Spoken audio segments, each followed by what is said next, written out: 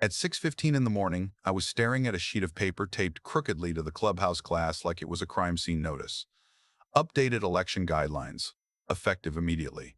The ink was still fresh enough to smudge. Overnight, while the neighborhood slept, the rules had changed. Neighbors gathered behind me in pajamas and work boots, whispering, arguing, some already dialing their phones. Across the parking lot, a police cruiser idled quietly, not because anyone had thrown a punch yet, but because complaints were already rolling in. Then Marilyn Hodge stepped out of the clubhouse like she'd just won a pageant. Calm, smug, untouchable. The election results are final under the new bylaws, she announced, lifting a clipboard as if it were scripture. New bylaws. My name and every other challenger, disqualified under a clause added at 12:14 a.m. Betrayal hit first, then disbelief.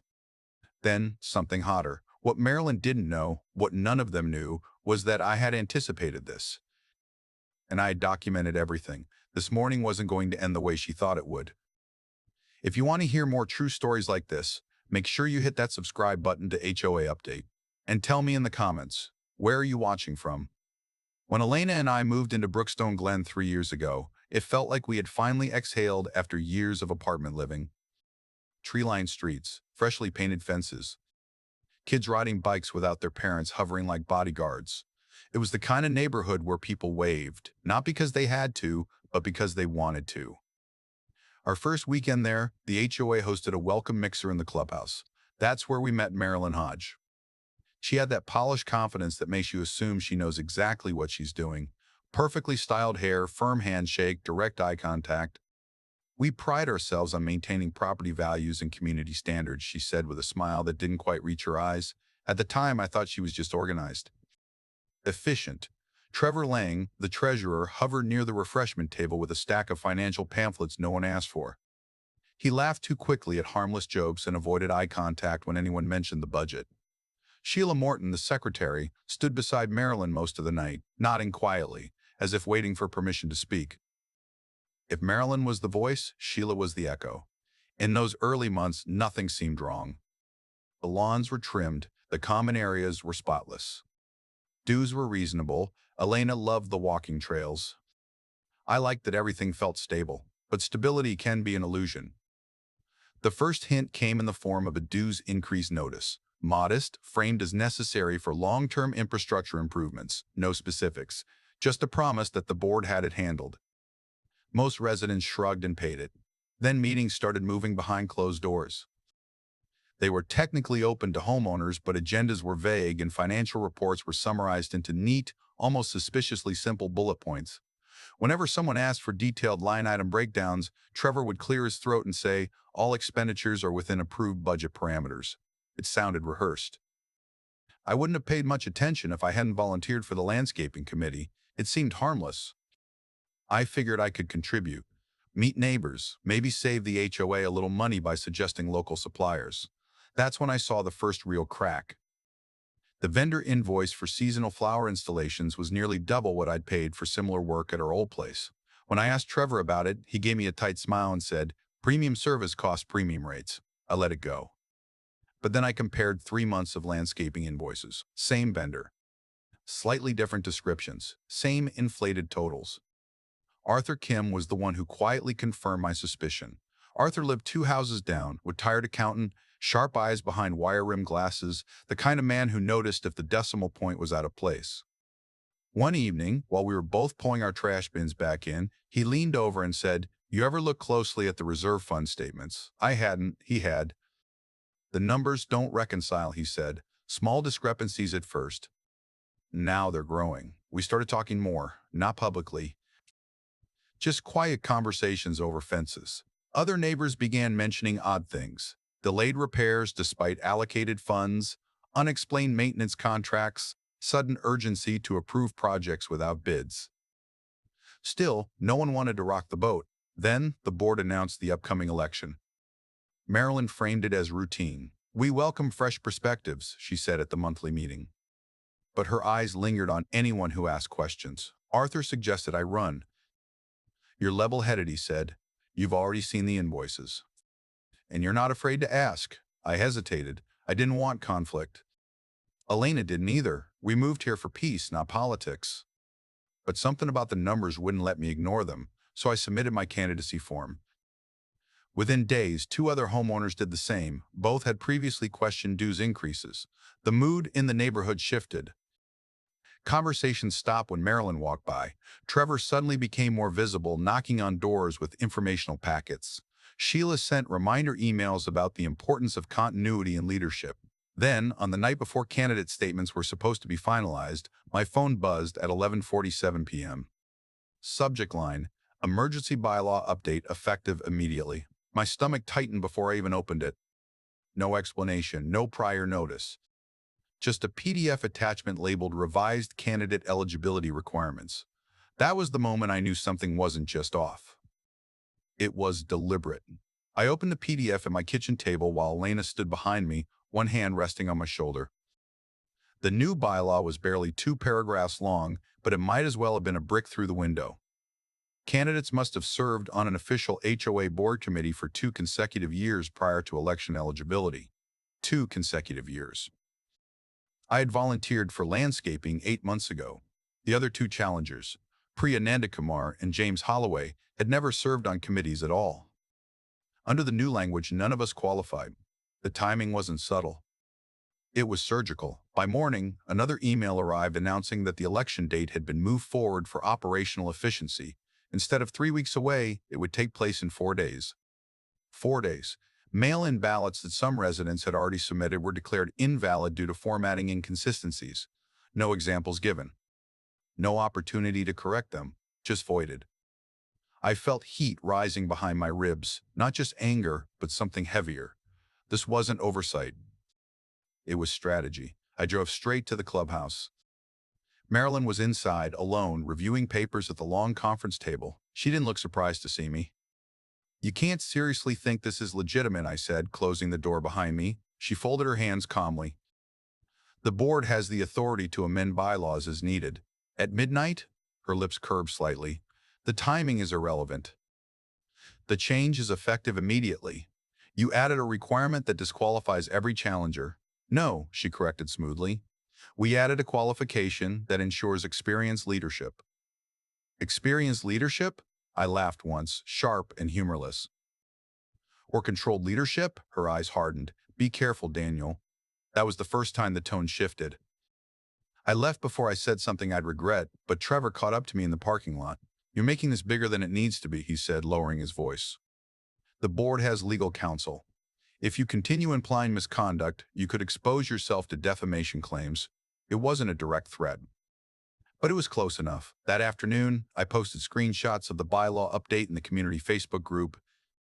Within minutes, comments flooded in, confusion, anger, questions. Within an hour, the post was gone. Deleted by administrator. Marilyn controlled the group. When I tried again, my posting privileges were suspended for violating community harmony guidelines. Community harmony. Arthur knocked on my door that evening holding a folder. "They're panicking," he said without preamble. Inside were printed bank statements, not the summarized versions the board circulated, but the raw transaction reports Arthur had requested through a records access provision buried in the HOA charter. The reserve fund balance listed in the monthly newsletter showed $187,000. The actual account balance? $154,000, a gap of $33,000. "That's not rounding error," Arthur said quietly. "We cross-reference vendor payments." Several landscaping invoices matched deposits made to a company registered under a similar name, not identical but close enough to blend in. And the mailing address for that company? A post office box in the next town over, registered to Trevor's brother-in-law. I felt the ground shift beneath me. The bylaw change wasn't just about winning an election.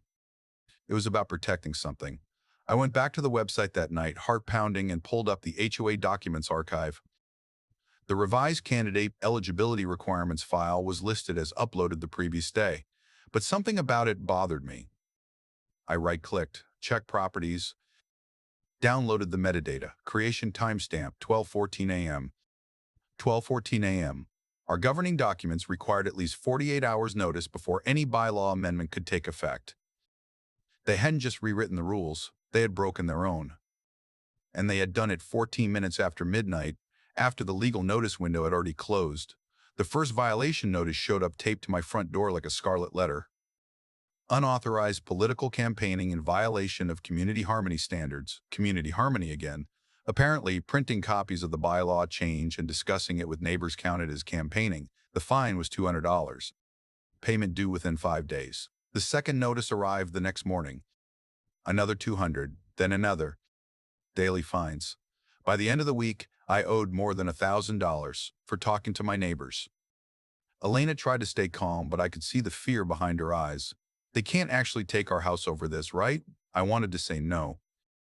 I wanted to reassure her. Instead, 3 days later, a certified letter arrived from the HOA's attorney. Failure to remit fines may result in lien proceedings against the property. The word lien sat on the page like a loaded weapon. They're trying to scare you, Arthur said when I showed him. It's working, Elena whispered that night when we lay awake staring at the ceiling. What if they keep stacking fines? What if they drag us into court? We can't afford a drawn-out legal fight. That was the point. The intimidation wasn't loud. It was calculated. Financial pressure, social isolation, administrative suffocation. Then it turned personal. At 2:30 in the morning, my phone buzzed with a motion alert from our front security camera. Trevor, standing at the edge of our driveway. He wasn't just walking by, he was taking photos. Slow, deliberate shots of the house, the mailbox, the front lawn, as if he were documenting a crime scene. I watched the footage twice, pulse hammering in my ears. The next day, I received another notice. Improper mailbox height, non-compliant with aesthetic standards. I measured it myself. It was exactly the same height it had been for 3 years. Marilyn escalated publicly.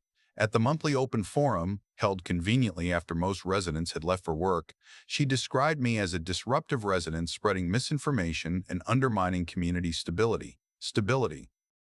That word again. I stood up to respond, but she cut off the microphone. Comments are limited to agenda items, she said coolly. This is not a debate. A few neighbors avoided eye contact as I walked out. Others gave subtle nods of support but said nothing aloud. Silence was safer. Then the email arrived. Emergency meeting to ratify election results. 48 hours notice. Midweek, noon on a Thursday. Most working homeowners wouldn't be able to attend. The agenda listed only one item, formal confirmation of board continuity under revised bylaws. They were going to lock it in. I spread every document I had across the dining room table that night. Timestamps, screenshots, bank statements, violation notices. Patterns started emerging the more I looked. The bylaw update had no recorded motion number. The meeting minutes referenced a vote that wasn't documented in prior summaries. Vendor payments spiked in the same months dues increased. It was messy, but not random. They're rushing because they know they crossed the line, I said quietly. Elena sat across from me, hands wrapped around a mug gone cold. You're up against 3 board members, a lawyer, and half the neighborhood too scared to speak. Not half, I said. Arthur knocked at 9 that evening. He didn't smile. He handed me a stapled packet, full reconciliation sheets highlighted in yellow. I requested the raw reserve fund activity again, he said. They delayed it. But they had to provide it. The official newsletter claimed the reserve balance stood at $187,000. Arthur's reconciliation, transaction by transaction, showed the true balance after pending checks and transfers. $155,000. But that wasn't even the worst part. When he circled the final figure at the bottom, I felt my throat tighten. $32,000 unaccounted for. Not delayed, not pending, missing. Arthur looked up at me, voice low and steady. This isn't about an election anymore. Arthur didn't need to say it out loud. I could see it in the way his finger rested on that circled number. $32,000 doesn't just evaporate. I leaned back in my chair, staring at the reconciliation sheet spread across the table. The midnight bylaw change, the rushed election, the sudden fines, the intimidation tactics. It clicked. The rule change wasn't just about blocking me from the board. It was about buying time. If the election passed quietly, Marilyn and Trevor would stay in control. No audit, no review. No one asking questions about vendor contracts or reserve balances. The bylaw revision wasn't the main event. It was a smokescreen. Arthur and I went line by line through the statements. The landscaping vendor, Green Valley Property Solutions, had received unusually consistent payments. Identical amounts across multiple months. 2 identical. I pulled the business registration online.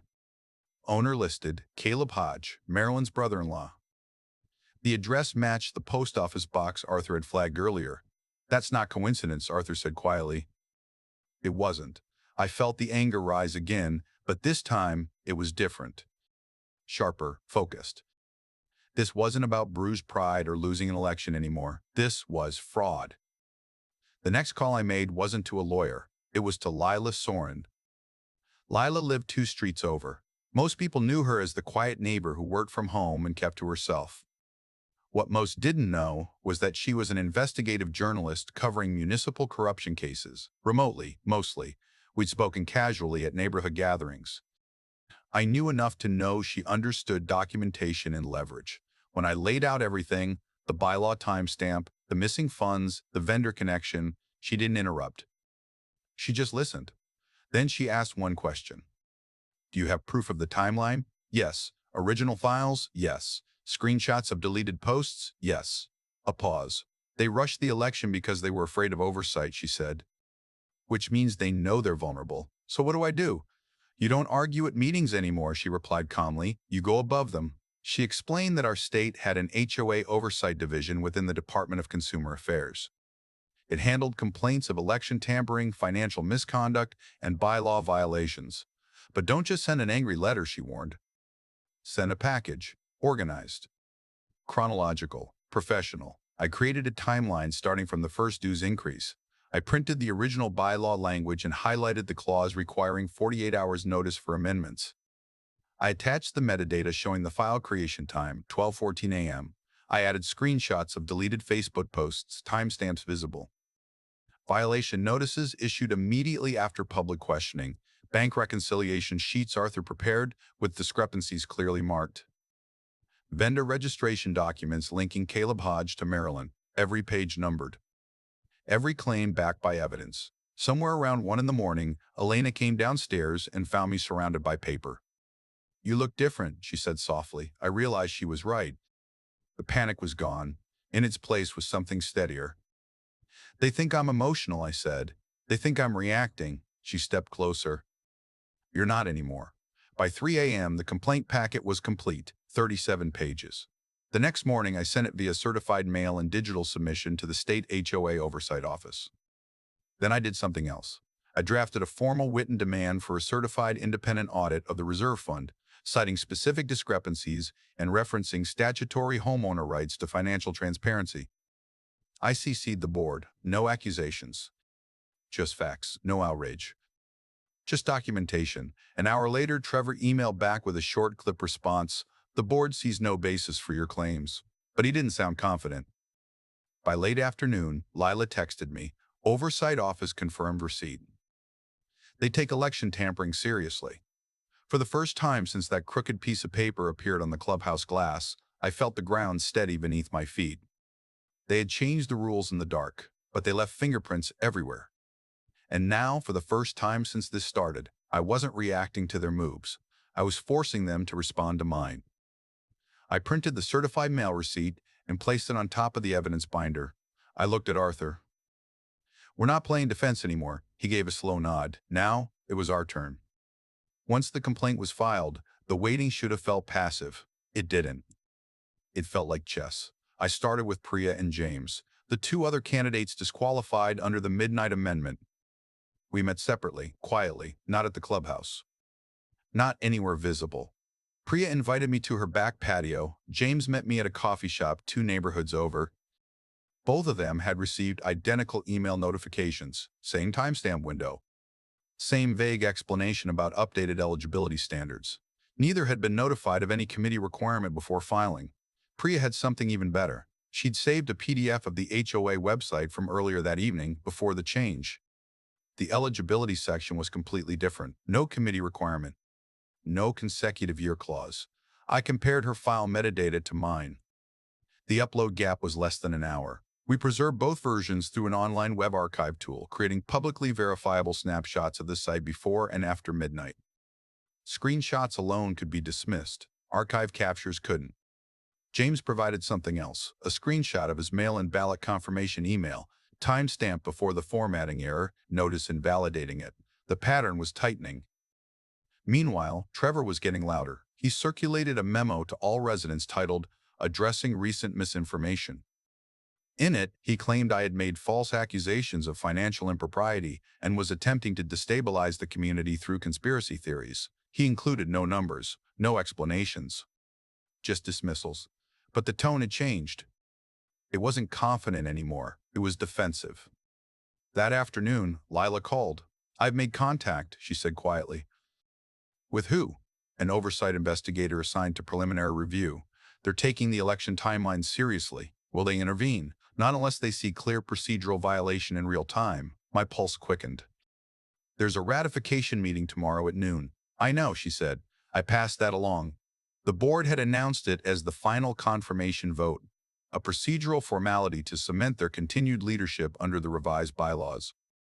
It was the last step before they locked everything in. If that vote passed uncontested, they'd claim legitimacy. And legitimacy buys time. That night, I assembled printed evidence packets, condensed versions of the full complaint. 10 pages each, clear bullet points. Timeline, financial discrepancy summary. Vendor registration link, midnight timestamp screenshot. Web archive captures, no accusations. Just facts. I printed 30 copies. Elena helped staple them. Her hands were steady now. "You really think people will read them?" she asked. "They don't need to read everything," I said. "They just need to see enough." Arthur stopped by to review the packets. He added one final sheet, a simplified reconciliation breakdown showing the $32,000 gap in bold at the bottom. "Keep it simple," he said. "Most people won't dig deep unless you make it digestible." At 10 that night, my phone buzzed. "Unknown number," I answered. "This is Investigator Dana Ruiz with the State Oversight Division." My throat tightened. "I cannot discuss active review details," she said carefully, "but I can confirm that I will be present at tomorrow's meeting as an observer. Will you intervene? If I witness a procedural violation tied to the complaint, yes. Will they know who you are? No." A pause. "Mr. Reyes, I suggest you present your information clearly and calmly. If your documentation holds, it will speak for itself." When the call ended, I just stood there for a moment. Tomorrow wasn't just about neighbors arguing in folding chairs anymore. It was about official scrutiny. The next morning felt heavier than the first confrontation at the clubhouse class. Not chaotic, charged. Trevor's memo had already primed the room. I could imagine the whispers: troublemaker, exaggerator, sore loser. Marilyn would expect resistance. She wouldn't expect oversight. Arthur arrived early. Priya texted that she was on her way. James confirmed attendance. Lila didn't say she'd be there, but I suspected she would be watching from somewhere discreet. At 11:45, my phone buzzed again. Investigator Ruiz arrived. I scanned the parking lot through the windshield. Nothing obvious, no marked vehicles, no uniforms, plainclothes. Invisible authority. I picked up the box of evidence packets from the passenger seat and stepped out of the car. Everything hinged on what happened in the next hour. And for the first time since this began, the board wasn't the only one prepared for a vote. The clubhouse felt smaller than usual. Every folding chair was filled. People stood along the back wall. A few residents who had never attended a single meeting before were suddenly present, arms crossed, faces tight with curiosity or anxiety. The air wasn't loud, it was thick. Marilyn stood at the front behind the long laminate table, posture straight, a neat stack of papers arranged in front of her like a shield. Trevor sat to her right, laptop open, expression carefully neutral. Sheila typed quietly, eyes flicking between the room and Marilyn as if waiting for cues. I took a seat in the second row, evidence binder resting on my knees. My pulse thudded hard enough I could feel it in my throat. Arthur sat beside me. Priya and James were across the aisle. Elena stayed near the back wall, close to the exit, her eyes locked on me. Marilyn cleared her throat. "Thank you all for attending this important confirmation meeting," she began, voice smooth and amplified through the small speaker system. "As you know, recent misinformation has circulated regarding our election procedures. Tonight, we reaffirm our commitment to transparency and stability." Stability again. She read from what was clearly a prepared statement. Phrases about community trust, procedural compliance, protecting property values. Each word sounded polished, rehearsed. Trevor followed with a financial summary. "Our reserve fund remains strong," he said, clicking to a projected slide showing round, comforting numbers. All vendor contracts are properly documented and approved, no line items. No detailed breakdown, just neat totals and percentages. From the back of the room, someone muttered, "That's not what we heard." Marilyn ignored it. I scanned the crowd. Some neighbors looked uncertain, glancing between the board and the rest of us as if trying to read which way the wind was blowing. Others avoided eye contact entirely. A few stared openly at me, skeptical. Near the back corner, a woman I didn't recognize leaned casually against the wall, arms folded. Plain jacket, no clipboard, no badge, just watching. Investigator Ruiz. The tension tightened another notch. Maryland moved briskly through the agenda. Given the bylaw amendment enacted earlier this week, the board remains the only eligible slate of candidates, she said. Tonight's vote will formally confirm continuity of leadership. There it was, the lock clicking into place. Arthur leaned slightly toward me. "They're rushing it." I nodded. Marilyn raised her hand. "All in favor of ratifying the current board under the revised eligibility requirements?" Several hands lifted hesitantly. Trevor began counting aloud. "Opposed?" Fewer hands, but louder voices. "This isn't fair. You changed the rules." Marilyn tapped the microphone. "Order, please. We will not tolerate disruption." She looked directly at me. "Furthermore," she continued, "we move to formally censure and silence ongoing unverified allegations that have caused unnecessary division in our community." A motion to silence. Trevor immediately seconded it. My heartbeat slowed, not from calm, from clarity. This was the moment they thought they had control. Marilyn called for a voice vote. "Aye," a scattered chorus. "Opposed," stronger but disorganized. Trevor scribbled something down and leaned toward her. Marilyn smiled, thin and satisfied. "The motion carries." She adjusted her papers, preparing to deliver the final confirmation statement that would cement everything. That was when I stood. The sound of the chair legs scraping against the floor cut through the room sharper than any raised voice. I didn't rush. I didn't shout. I simply held up the binder. "I'd like the opportunity to respond," I said. Marilyn didn't hide her irritation. "You've already had ample opportunity to spread misinformation, Mr. Spread Misinformation." Reyes. A few uneasy laughs fluttered in the room. I stepped into the aisle so everyone could see me. "This isn't misinformation," I said evenly. "It's documentation." Trevor's jaw tightened. "We are finalizing the vote," Marilyn snapped. "This meeting is not a platform for what?" I interrupted quietly. "Transparency?" A ripple moved through the chairs. She hesitated for half a second, just enough to betray uncertainty.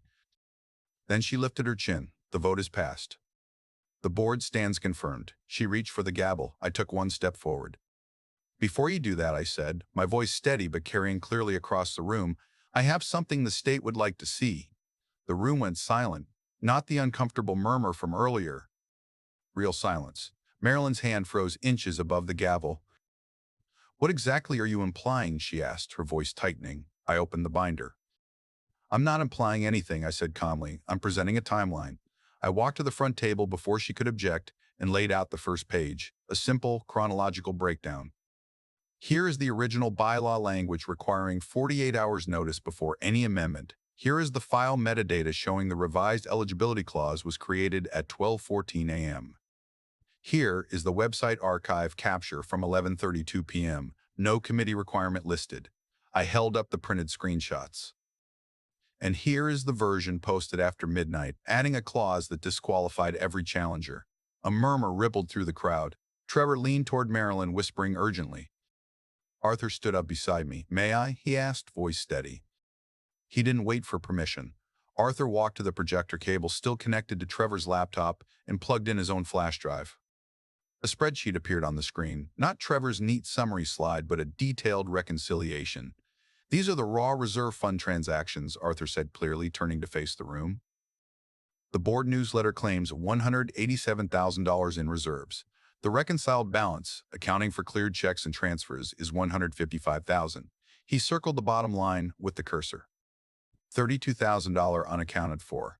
The room exploded into overlapping voices. "What?" "That's our money," Trevor shot to his feet. "This is misrepresentation. Those figures are public record," Arthur cut in evenly. "Obtained under homeowner disclosure rights." Before Trevor could respond, the clubhouse lights dimmed briefly as someone adjusted the projector input. Lila stepped forward from the side wall where she'd been standing quietly the entire meeting. She connected her tablet to the screen. The archive website appeared, timestamp displayed clearly at the top. This capture is stored on a third-party archive server, Lila said. It verifies the eligibility language at 11:32 p.m. The update was uploaded at 12:14 a.m. after the required notice window had passed. Gasps. Marilyn's composure cracked. "This meeting is adjourned," she snapped, reaching for the gavel again. "Not yet." The voice came from the back of the room. Calm, firm. Investigator Dana Ruiz stepped forward, removing a small identification wallet from her jacket pocket and holding it up. "My name is Dana Ruiz. I am with the State Homeowner Association Oversight Division." The air shifted. Marilyn's face drained of color. "I have reviewed a formal complaint alleging procedural election violations and financial discrepancies," Ruiz continued. "Based on documentation presented here tonight, this matter is now under official inquiry." Trevor took a step backward. "This is outrageous," he stammered. "You can't just—" "I can," Ruiz replied evenly. "And I am." The clubhouse doors opened. Two uniformed police officers stepped inside, not rushing, not dramatic, just present. Ruiz nodded toward them. "At this time, we are requesting board members remain available for questioning regarding potential election tampering and misappropriation of reserve funds." The room erupted. Neighbors who had stayed silent for months were suddenly loud. "You lied to us. You raised our dues. My ballot was thrown out." Trevor's hands were shaking now. "This is a misunderstanding. We can explain, then you'll have the opportunity," Ruiz said calmly. Marilyn tried one last time. "You have no authority to disrupt this meeting." Ruiz didn't raise her voice. "I do. And if you attempt to destroy records or leave without cooperation, additional charges may apply." The word charges hung heavy in the air. For the first time since I met her, Marilyn looked small. The officers positioned themselves subtly near the front table. Not arresting, not yet, but escorting. Board folders were gathered. Laptops closed under supervision. As Trevor was guided toward the exit, a neighbor shouted, "What about our money?" No one had an answer. Flashing red and blue lights flickered faintly through the clubhouse windows as additional units parked outside. "Standard procedure," Ruiz later explained, "for securing documents and preventing tampering." The glow reflected across the polished floor, across Marilyn's stunned expression, across the faces of neighbors who were finally connecting the dots. I stood there, binder still in my hands, adrenaline slowly draining out of my system. Arthur exhaled beside me. Elena reached my side and squeezed my arm. For months, the pressure had felt suffocating. Now it felt like oxygen rushing back in. The board wasn't officially dismantled yet. No verdict had been handed down, but the shield of control they'd built overnight had shattered in less than 10 minutes. As the police escorted them outside and the clubhouse buzzed with stunned conversations, I looked around at the people who had once avoided eye contact. Now they were looking at each other.